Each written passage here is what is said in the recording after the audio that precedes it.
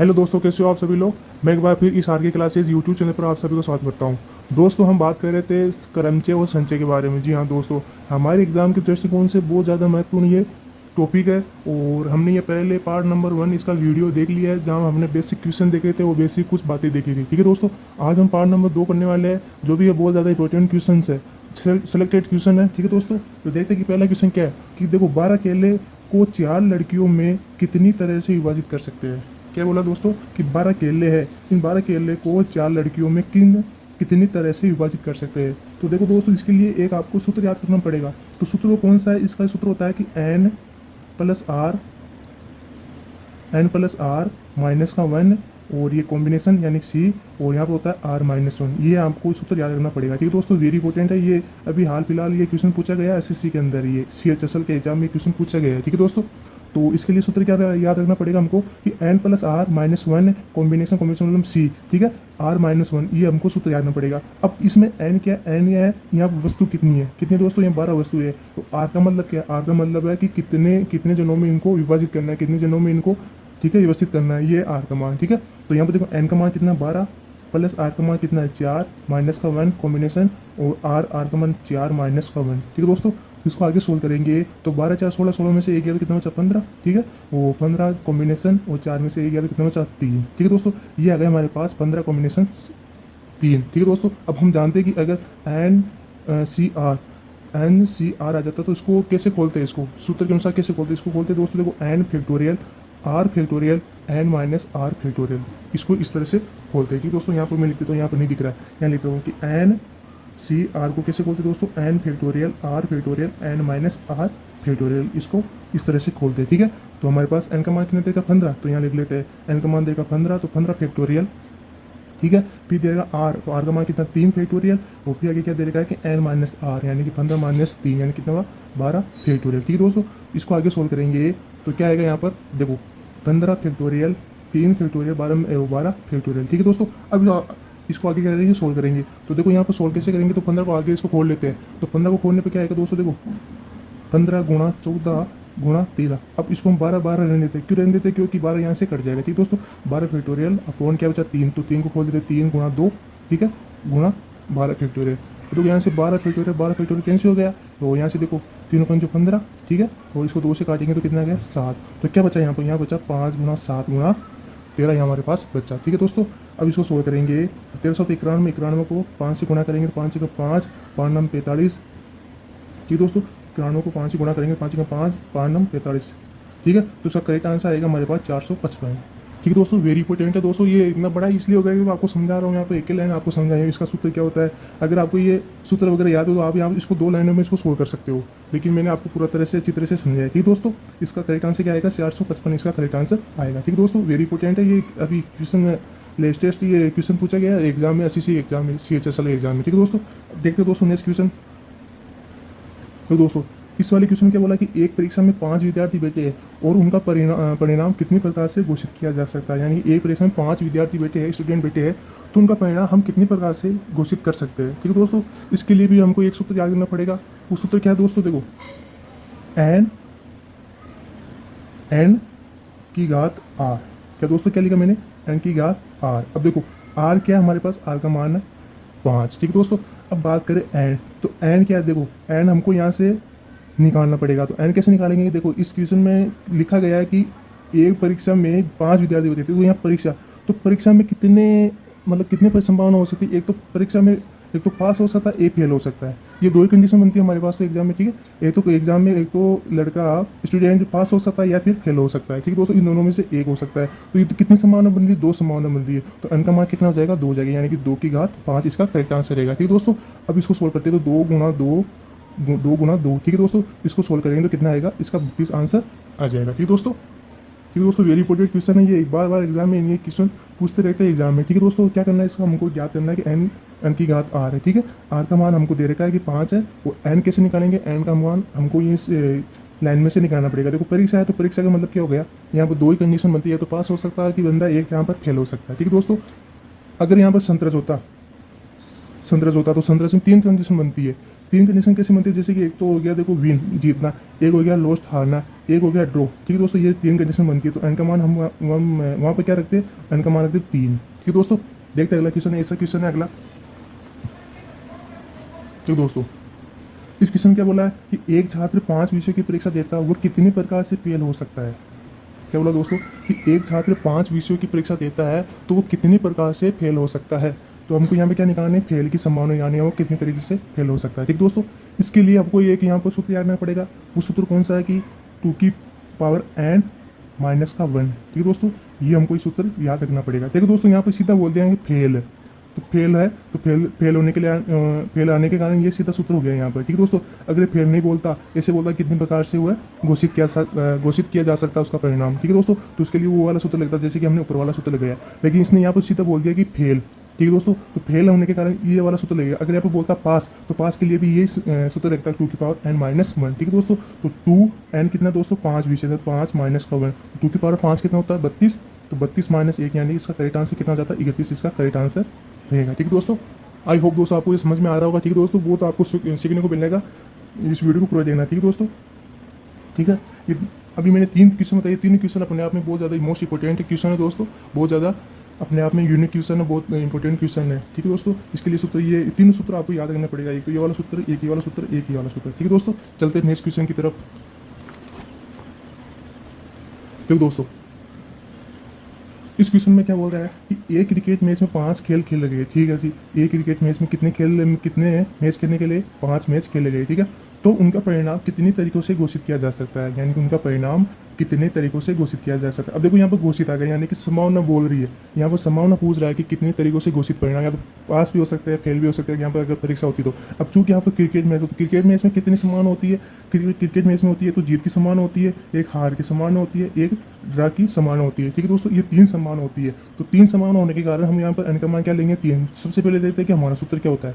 सूत्र होता है हमारे पास क्या होता है दोस्तों, n की घात r। ठीक है, अब n का मान कितना है 1 2 3, यानी 3 संभावना है यहाँ पर परिणाम घोषित करने की। तो n का मान क्या देखेंगे 3, और r का मान कितना देगा 5, यानी 5 मैच खेलने हैं। ठीक है, तो यहाँ पर 5 यहाँ पर लिख देते हैं। ठीक है दोस्तों, इसको आगे सोल्व करेंगे तो 3 गुणा 3, फिर 3 गुणा 3 गुणा 3। ठीक है दोस्तों, इसको सोल्व करेंगे, 3 3 9 9 27 27 81 81 दिया 243। ठीक है दोस्तों, 81 दिया कितना जाएगा 243, यानी 243 तरीकों से इनका परिणाम घोषित किया जा सकता है अगर 5 मैच खेले गए हो तो। ठीक है दोस्तों, ठीक है, चलते हैं नेक्स्ट क्वेश्चन की तरफ।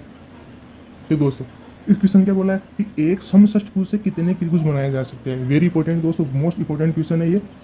ठीक है, ठीक है, क्या बोला है कि एक समषष्टभुज से कितने त्रिभुज बनाए जा सकते हैं। एक समषष्टभुज से कितने, यानी समषष्ट, षष्ठ का मतलब क्या क्या 6। ठीक है दोस्तों, जैसे कि यहाँ पर देखो ये समषष्टभुज, ये बहुभुज है।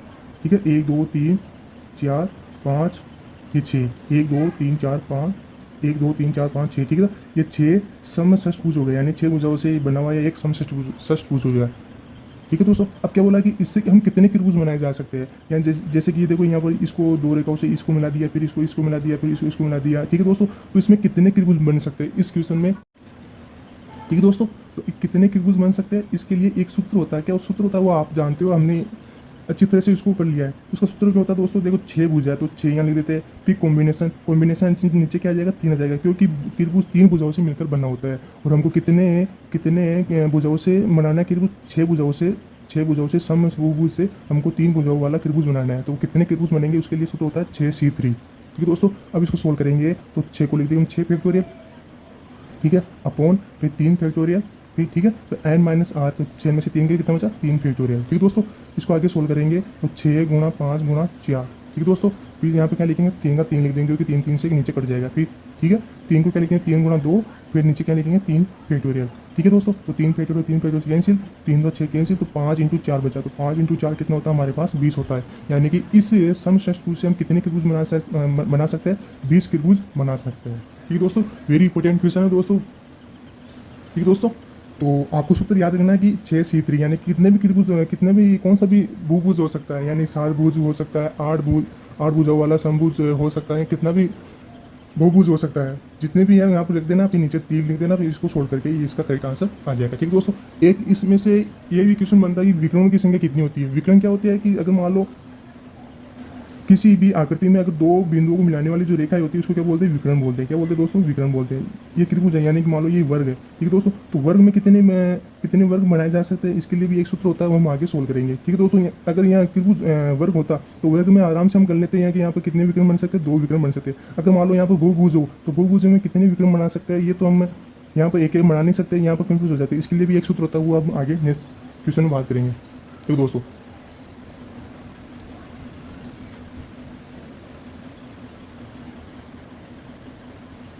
ठीक दोस्तों, अब देखो इस वाले क्वेश्चन में कि एक अष्टभुज में भुजाओं को मिलाकर कितने विकर्ण बनाए जा सकते हैं। अब देखो यहाँ पर अष्टभुज लिखा है, कितना लिखा है दोस्तों, अष्टभुज लिखा है। आपको सबसे पहले बता दूं कि देखो यहाँ पर हम पहले एक सूत्र को क्या कर लेते हैं, प्रूव कर लेते हैं। देखो ये क्या है, हमारे पास एक वर्ग है, तो वर्ग में कितने कितने विकर्ण बनाए जा सकते हैं, दो विकर्ण बनाए जा सकते हैं। कितने, एक तो ये वाला और एक ये वाला, ठीक है दोस्तों।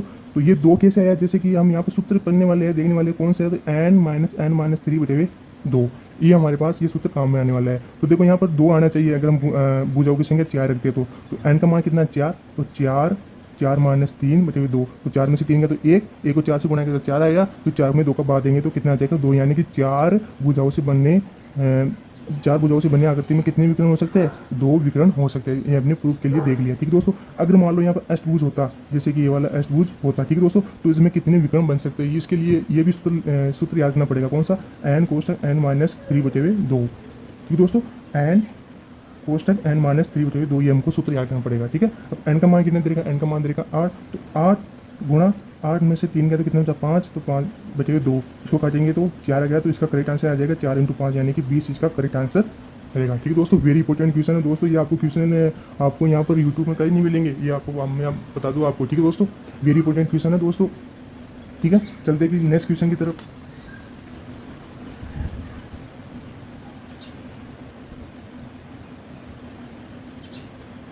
तो दोस्तों इस वाले क्वेश्चन में क्या बोल रहा है कि 0 से 9 अंकों को यूज करके 2 डिजिट अंक कितने बन सकते हैं।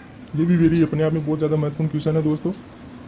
देखो दोस्त क्या बोला है कि 0 से 9 अंकों को यूज करके दो डिजिट अंकों की कितने संख्याएं बनाई जा सकती है, अगर अंकों की पुनरावृत्ति हो या पुनरावृत्ति नहीं हो। ये हमको दो कंडीशन दे रखी है। सबसे पहले देखते हैं पुनरावृत्ति हो। देख दोस्तों क्या बोला है कि 0 से 9 अंकों को, 0 से 9 यानी 0 से 9 अंक कितने हो गए, 0 से 9 10 अंक हो गए, कितने हो गए 10 हो गए, ठीक है दोस्तों। 0 से 9 अंक कितने हो गए 10 अंक हो गए, ठीक है।